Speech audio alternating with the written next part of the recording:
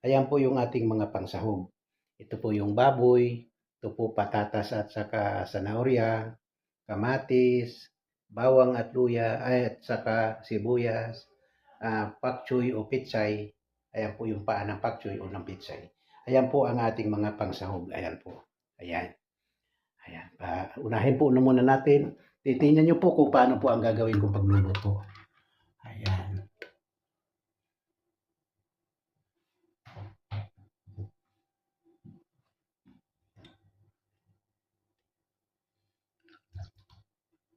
Dito po tayo kukuha ng mantika sa baboy natin na ipanggigisa natin sa kanya. Ayan po.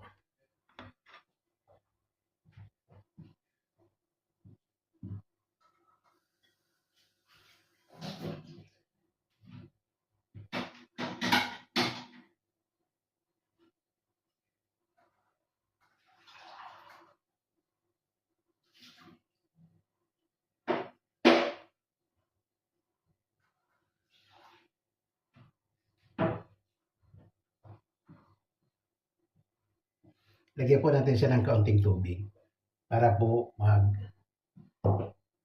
Tapos tatakpan po natin siya para pagka medyo naluto na po siya, magkakatas po siya. Yung katas po, yung po ay ipanggigisa natin sa kanya. Ayan po.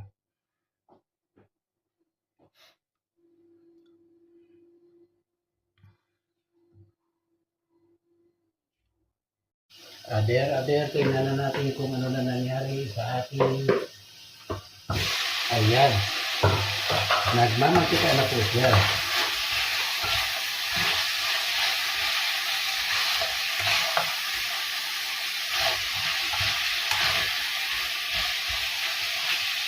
Baila po natin ng kaunti yung apoy, ayan.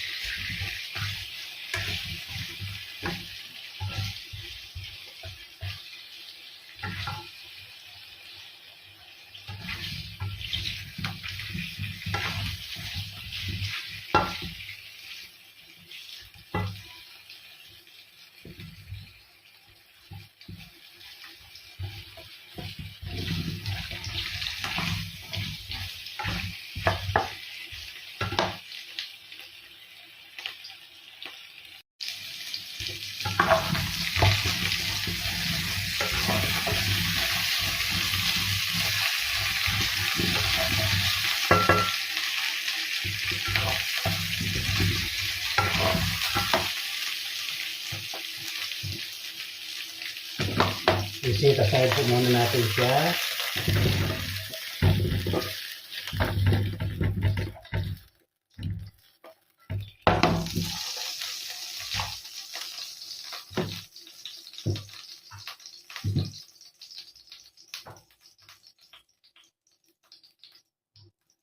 Isa na po natin yung bawang at luya.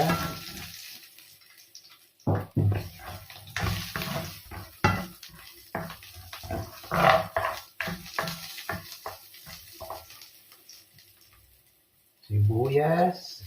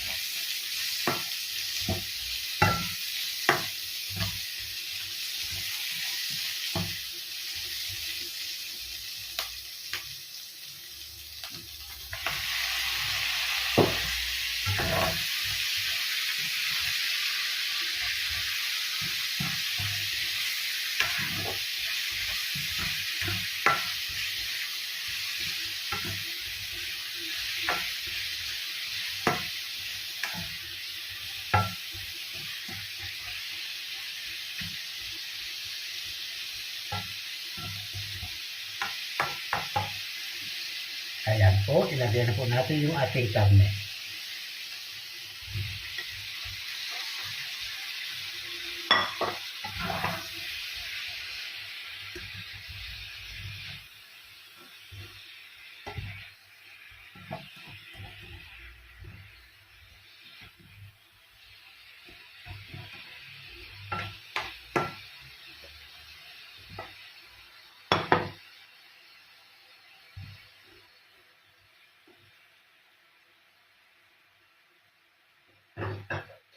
Lagyan na po natin ng kaunting asin.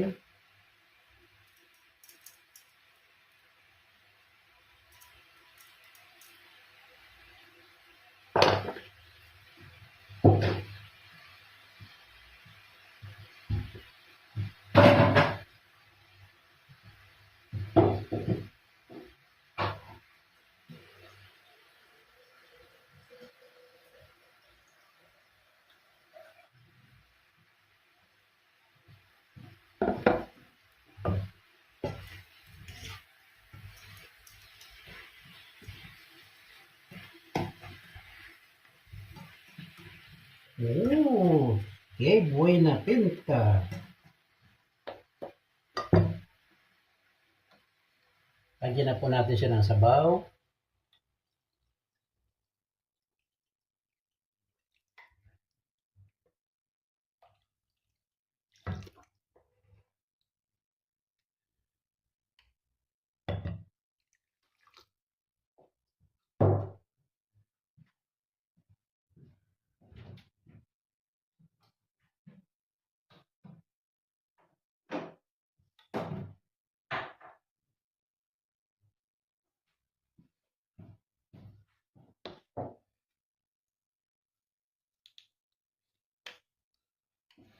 Pamintang buo.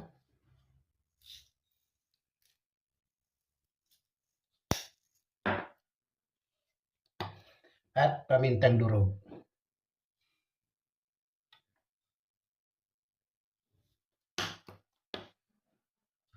At palambutin na po natin siya. Haluin natin ng kaunti. Ayan.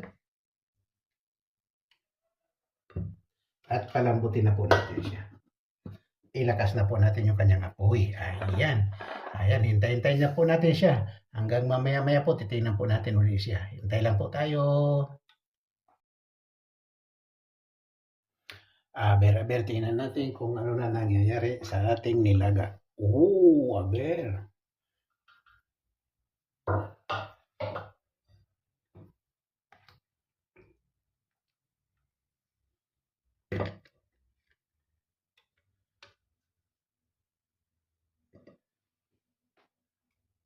Ilagay na po natin itong zanahoria plus yung paa ng pitsay. Ayan.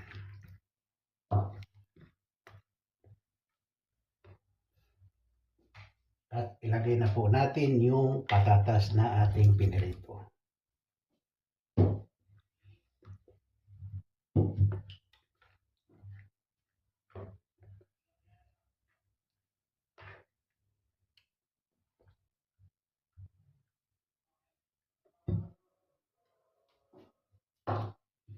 At ilagay na po natin yung ating North chicken cubes.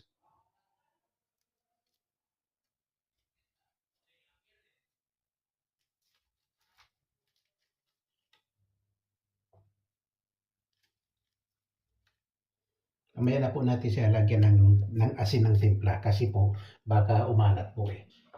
Ano na po tayo sa maalat kasi meron na po tayong maintenance ng cholesterol. Hindi na po tayo pwede sa maalat. Hinaan po natin ng kaunti, maintain po yung apoy ng katamtamang lakas. Ayan po, hintayin nyo po natin hanggang sa siya ay lumambot. Aber, tingnan po natin yung ating niluluto. Kumusta na po? Kung ano na ang kanyang... ang dami. Ang dami. Aber. Mahina lang po yung ating apoy para alalay po ang yung talagang makainin po silang mabuti para maging masarap po ang kanyang sabaw. Kaya alalay lang po ang kanyang apoy. Ayan. po, siguro po mga 20 minutes na lang. Aber. Kaya kung ganyan lang ang apoy natin, mga 20 minutes pa po yan. Aber, anong oras na? Ayan, mag-alas 2 na. Aber, alas 2 minus 15, alas 2:10, titingnan po natin uli. Ano po? Hintay-hintay po tayo, 20 minutos pa. Aber, tingnan natin kung ano na. Oh, very nice. Ang sarap. Di pa natin tikman, ang sarap pa. Aber.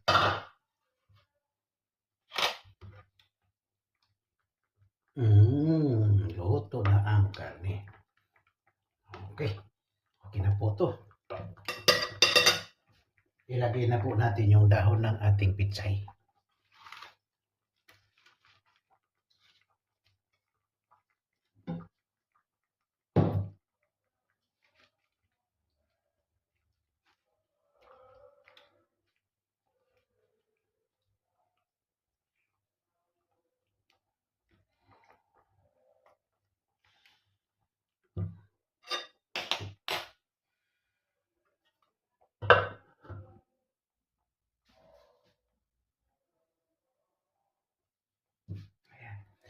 Ayan po. 5 minutes po, papatayin na natin siya. Luto na siya after 5 minutes.